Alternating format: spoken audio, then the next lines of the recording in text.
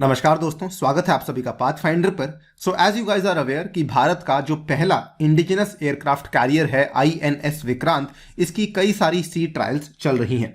लेकिन जो सबसे बड़ा फैसला हमारे डिफेंस एक्सपर्ट्स को आज की घड़ी में लेना है वो ये है कि आखिरकार इस INS विक्रांत के ऊपर जो लड़ाकू विमान होगा वो कौन सा होने वाला है। नाउ इस पर्टिकुलर लड़ाई में दो इंपॉर्टेंट कंटेंडर्स, दो इंपॉर्टेंट कॉम्पिटिटर्स सामने आते हैं। ये वाला आप देख सकते हैं, ये वाला फ्रांस के द्वारा बनाया गया रफाल एयरक्राफ्ट है जिसको कि इंडियन एयरफोर्स ऑलरेडी इस्तेमाल कर रही है, लेकिन इसका एक मेरीन वर्जन है जो कि एयरक्राफ्ट कैरियर्स के लिए बनाया जाता है। और दूसरा जो कि इसके सामने कंपटीशन में आया है, ये अमेरिकन कंपनी बोइंग के द्वारा बनाया गया एक एयरक्राफ्ट है जिसका नाम है सुपर हॉर्नेट। आप यहां पे ये वाली खबर को देख सकते हैं। आज से 2-3 दिन पहले खबर सामने आई थी, mega deal in mind, Rafale M takes off from navy's Goa test range and Boeing का जो FA-18 जिसको मैंने अभी अभी सुपर हॉर्नेट का नाम दिया, वो कुछ ही दिनों में यहां से जो है उड़ान भरने वाला है। और इसके बेसिस पर हमारे जो इंडिया के एक्सपर्ट्स हैं वो फैसला लेंगे कि असल में दोनों में से किसको हम लोग चूज करने वाले हैं। हम बात करेंगे दोनों एयरक्राफ्ट्स की विशेषताओं के बारे में, बात करेंगे दोनों किस तरीके से खास हैं, और ऑल्सो बात करेंगे कि हमें क्या लगता है कि दोनों में से ज्यादा बड़ी एज किसके पास देखने को मिलती है। चलिए शुरू करते हैं दोस्तों मेरे साथ। मेरा नाम है अनिरुद्ध। इस लेक्चर की PDF को डाउनलोड कर सकते हैं यहां पर दिए गए टेलीग्राम चैनल के माध्यम से। इसके अलावा आप लोग जुड़ सकते हैं using this particular handle on the Unacademy app as well. Alright, so यहां पर सबसे पहले तो आज के टाइम पे जो इंडिया का इकलौता एयरक्राफ्ट कैरियर INS विक्रमादित्य है, उसके ऊपर जो हम लोग विमानों का इस्तेमाल कर रहे हैं उनका नाम है MiG-29K। Indian naval forces working on issuing a tender for unspecified number, एक ऐसे नए फाइटर्स के लिए जो कि एग्जिस्टिंग MiG-29K को रिप्लेस करने वाले हैं। और ये MiG-29K को रिप्लेस इसलिए किया जा रहा है बिकॉज असल में ये काफी पुराने हो चुके हैं और इसको लेके काफी मुद्दे भी सामने आए हैं। उनके बारे में चर्चा आगे जाके करने वाला हूं। नाउ दो एयरक्राफ्ट्स कंपटीशन में है, आपको मैं बता चुका हूं। फ्रांस का रफाल मेरीन जिसको कि डसॉल्ट कंपनी के द्वारा बनाया गया है, दूसरा आपका अमेरिका की बोइंग कंपनी के द्वारा बनाया गया FA-18 जिसको पॉपुलरली या फिर आसान शब्दों में सुपर हॉर्नेट भी कहा जाता है। हाल ही में क्या हुआ, ये वाली खबर आप देख सकते हैं, जनवरी पिछले हफ्ते की खबर है। रफाल एम ने अपने टेस्ट को कंडक्ट किया था और ये वाली जो टेस्टिंग थी ये असल में भारत का जो लार्जेस्ट नेवल एयरबेस है विच इज कॉल्ड INS हंसा, जो कि गोवा के अंदर लोकेटेड है, वहां पर से इसने अपनी उड़ान को भरा था और एक सक्सेसफुल डेमोन्स्ट्रेशन को शोकेस किया था। Rafale M, the marine version of the French fighter jet, successfully carried out a demonstration ski jump from the shore based test facility at INS Hansa in Goa to project its capabilities to operate from Indian aircraft carriers। आप देख सकते हैं कि ये वही वाला Rafale है, बस इसमें थोड़े बहुत चेंजेस होंगे जिसको कि यहां पर मॉडिफाई करते हुए फ्रांस ऑफर कर रहा है फॉर दी INS विक्रांत। इसकी टॉप स्पीड लगभग 1900 के आसपास, 1900 किलोमीटर प्रति घंटे के आसपास की है। इसका जो वेट है लगभग 10,000 किलोमीटर के आसपास का, 10,000 kg के आसपास का है। और इसकी जो रेंज है लगभग 3700 किलोमीटर के आसपास की आपको देखने को मिल जाती है। नाउ ये वाली फोटो है रफाल मरीन की, जो कि अगर इंडिया लेता है तो ये वाले रफाल मरीन्स भारत में आपको देखने को मिल जाएंगे। इसके बाद अमेरिका ने अपने बोइंग के सुपर हॉर्नेट को कंपटीशन में यहां पर पेश किया है। Similarly American aviation giant Boeing will also be bringing its FA-18 Super Hornet to the same facility in Goa, यानी कि आज से 2 महीने के बाद उसकी भी यहां से टेस्ट फ्लाइट्स होने वाली हैं कि क्या वो भी यहां पे स्की जंप वाली कैपेबिलिटी को शोकेस कर सकता है या फिर नहीं। अगर आप बात करें, इसकी टॉप स्पीड भी लगभग वही 1900 किलोमीटर प्रति घंटे के आसपास की है। इसकी रेंज भी लगभग वही 3500 किलोमीटर के आसपास की है। इसका वेट हालांकि बहुत ज्यादा है एज कंपेयर टू रफाल जो कि केवल 10,000 किलोग्राम का था, ये लगभग 15,000 किलोग्राम के आसपास टच कर जाता है। ये वाली फोटो है बोइंग के super hornet also called as Boeing FA-18 की।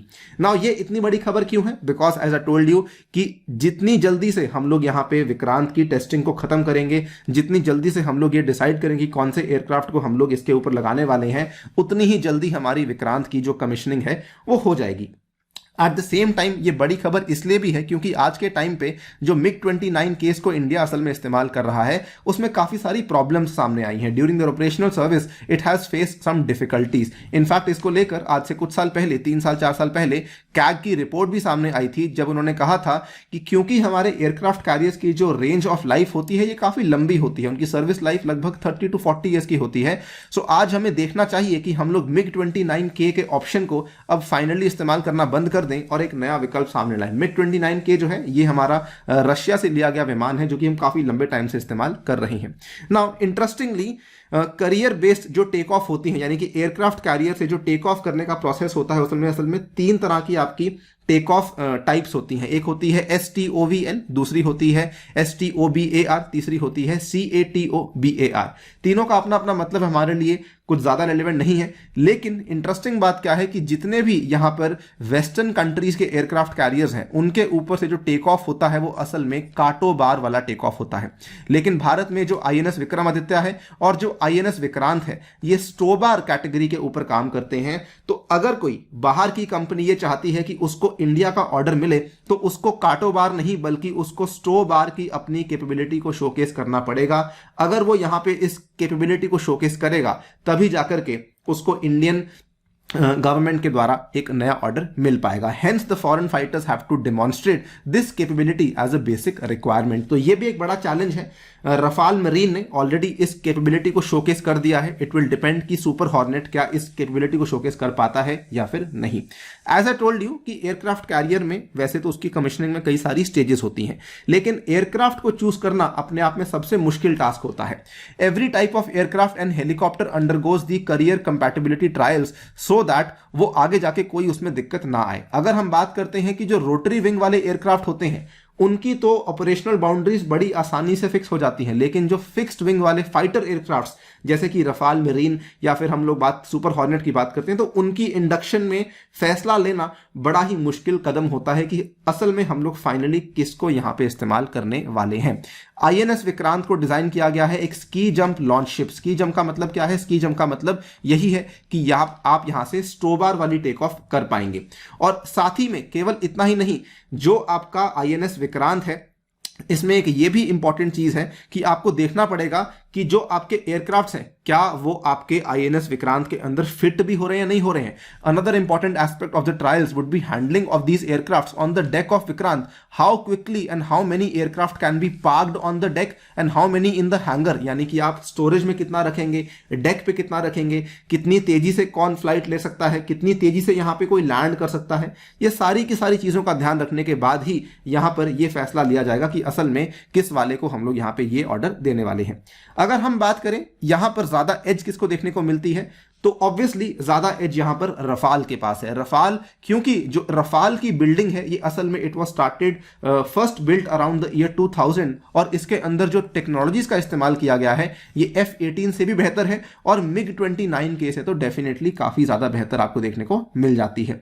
इनफैक्ट ये वाली भी कुछ रिपोर्ट सामने आई हैं कि जो विंग स्पैन है वो सुपर हॉर्नेट का थोड़ा सा बड़ा है, जिसकी वजह से उसकी जो फिटिंग है INS विक्रांत के अंदर वो होना थोड़ी सी मुश्किल है। Rafale on the other hand आपको ईज ऑफ मेंटेनेंस ऑफर करेगा बिकॉज इंडियन एयरफोर्स ऑलरेडी उसका एक वर्जन इस्तेमाल कर रही है। So the Indian military is already familiar कि रफाल में हमें क्या क्या रिक्वायरमेंट्स हैं, तो वो वाला हमारा शेयरिंग ऑफ बेस्ट प्रैक्टिसेस की मदद से पॉसिबल हो सकता है कि वही चीजें हमारी इंडियन नेवी भी सीख ले। तो डेफिनेटली वी कैन से कि रफाल के पास यहाँ पे काफी बड़ी एज है as compare to the hornet, but at the same time हमें सुपर हॉर्नेट को यहाँ पे रूल आउट नहीं करना चाहिए बिकॉज ओनली आफ्टर उसका सक्सेसफुल टेस्ट हमें मालूम पड़ेगा कि एग्जैक्टली हमारी जो नेवी है वो INS विक्रांत के लिए कौन से एयरक्राफ्ट को चूज करने वाली है। आप अपनी राय हमें कमेंट सेक्शन में डेफिनेटली दीजिए कि आपको क्या लगता है कौन सा एयरक्राफ्ट इसमें से बेहतर है। फिलहाल के लिए वीडियो में इतना ही। जाने से पहले आपको बताना चाहूंगा कि हमारी स्पेशल क्लासेस सीरीज चल रही है, इसको जाके आप लोग एनरोल कर सकते हैं using this particular link in the description. इसके अलावा अनअकैडमी आपके लिए खास ऑफर्स लेकर आया है जो कि 19 जन तक वैलिड है, जिसमें आपको 18 मंथ का कॉम्बो मिलेगा 64,000 रुपीज में अगर आप लोग अन्य UPSC कोड का इस्तेमाल करते हैं तो। इसके साथ ही में आपको ये वाले प्राइजेस अनअकैडमी आप देख सकते हैं। एक साल का प्राइस 52,000 का है, प्लस का एक साल का प्राइस 75,000 का है आइकॉनिक का। इसमें आप डिस्काउंट ले सकते हैं using the code ANI UPSC। नए बैचेस आपको अवेलेबल करवाए जाएंगे, मेरे द्वारा भी आपको ये वाली चीजें अवेलेबल करवाई जाएंगी। On that note I take your leave. Thank you for listening, stay tuned and stay safe.